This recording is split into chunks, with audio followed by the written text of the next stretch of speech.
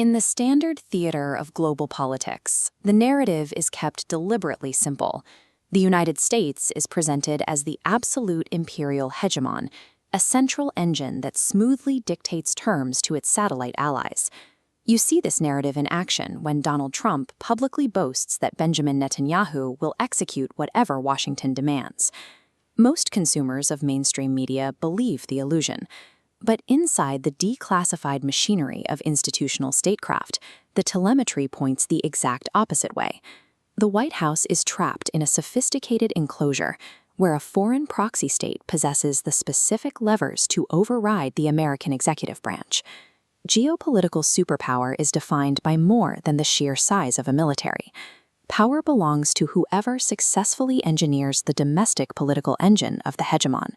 To understand how this system was built, we have to look at the landscape of the Middle East half a century ago.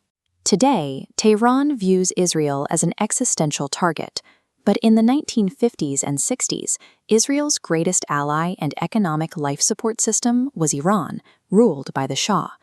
The two nations executed a classified doctrine called the Alliance of the Periphery. Surrounded by hostile neighbors, they synchronized their intelligence networks. Iran pumped millions of barrels of crude oil through secret trans-desert pipelines, physically keeping the early Israeli state alive. That multi-billion-dollar brotherhood collapsed in 1979. The Islamic Revolution detonated, the Shah was exiled, and an absolute ally instantly inverted into a permanent, heavily armed threat. This sudden loss of their Iranian security anchor proved that regional alliances were too fragile to rely on.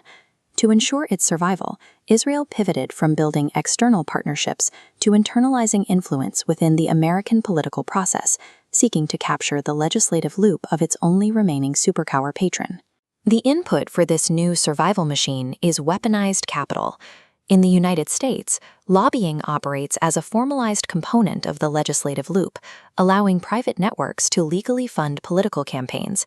Enter the American Israel Public Affairs Committee. If a politician questions Israel's military parameters, millions of dollars are instantly injected into their opponent's campaign to remove them from office. Former President Barack Obama directly documented this reality in his memoirs, noting the absolute terror elected officials feel about crossing this specific lobby. The scale of this financial capture is massive. Casino billionaires like Sheldon Adelson pumped over $200 million into political funds during recent election cycles to ensure American foreign policy aligns with Tel Aviv's requirements. American Middle East policy is a closed domestic loop. Capital guarantees legislative obedience regardless of global strategy or presidential preference. Controlling Washington generates a very specific output: the ability to execute a declassified 1996 strategic doctrine drawn up by Benjamin Netanyahu. Titled A Clean Break, this document functions as a multi-step checklist. The goal is to isolate Israel's targets by destabilizing surrounding regimes, utilizing American resources and capital to carry out the heavy lifting. Track the real-world execution of this list. Step 2 demanded the removal of Saddam Hussein, which the United States accomplished by invading Iraq in 2003. Following the subsequent destabilization of Syria and the dismantling of command lines in Lebanon, the machine has arrived at its final target. This satellite view shows an Iranian facility. Neutralizing this sovereign core is the ultimate goal. The trajectory of Middle Eastern conflict follows the specific milestones of the 1996 document, turning a theoretical checklist into decades of regional reality. For a rising global power like India, observing this dynamic provides a masterclass in survival. The simulation of international relations operates on a ruthless metric. Raw leverage is rewarded, while loyalty is a liability. New Delhi sits in a highly sensitive position. To modernize its military, India relies heavily on extracting critical drone hardware and surveillance technologies from Israel.